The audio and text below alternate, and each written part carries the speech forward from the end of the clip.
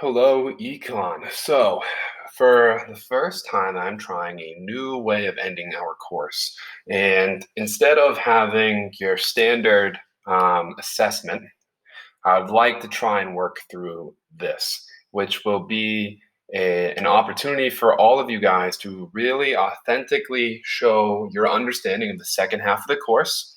And there's also a pretty good shot that you can all earn a 100 on this based on a generally agreed upon um, consensus of what should be presented to me as your evaluator. All right. I broke it up here into three parts. And I know this is supposed to be the instructions for the podcast, but we'll get into that in a second. I just want to go over this one more time in case you're working through this on your own. All right. So, what I want you guys to do here is break down individually for a day or two on your own in any free time that you have the following understandings that we've already discussed prior to each unit. All right. Because these are the understandings that frame every lesson, every project, every discussion that we go through. All right. And what I want you to do is it can be bullet form on a piece of paper, typed, handwritten, is to break these down and first tell me if you agree or disagree with them or parts of them, right? And why. What do you associate with each statement? Are there certain lessons, readings, and lectures and discussions that jump to the forefront? Can we accept these fully as truths and as things that we hold true in our units, in our econ class? All right. Um, and what's going to happen is after you get, quotes and lessons and ideas and maybe even questions about these things or ways of solving issues within these understandings, you'll have these detailed answers. And then what we're going to do is I'll give you some prep time before the small group discussions, but you're going to work in a small group. It can even, although it's just 4 to 6, it could be as small as 3, all right? Where you're going to discuss your writings and your ideas. And I want to have at least 2 people try and track your discussions, right? Whether, you talk for a little bit and then pause and write, or you switch off having a scribe, all right?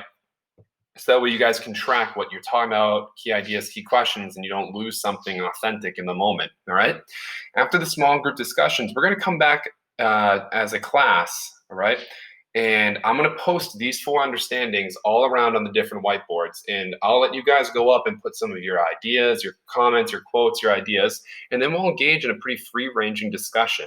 I'll try and moderate and I'll try and keep myself out of it, but I'll have you guys kind of just go off. If we need to use the basketball to pass around, we can do that. All right. But I believe as sophomores, juniors, and seniors, you guys know how to go through a conversation. If that doesn't work and things are getting a little awkward, what I'll do is I'll have you guys, and this would work if we're not in school because of COVID. I'll have you guys use this podcasting platform. All right.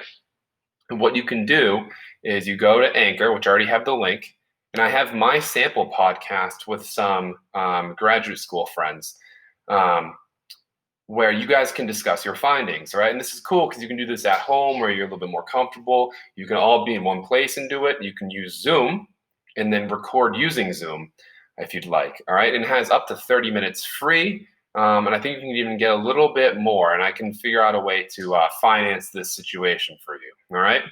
Now, going back to it here, you guys could then post your discussions, your podcasts to our Google Classroom, and you guys can listen to each other and reflect. And that could be another way that we have, a class-wide discussion, should it be a little awkward, or if people are nervous, in the spot.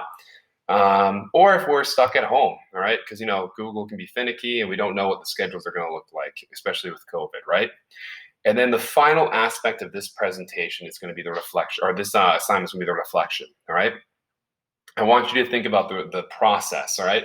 Did it help you go through the second half of the course? Were you able to weave the material together and see how they're all interrelated? Was it challenging? Was it easy?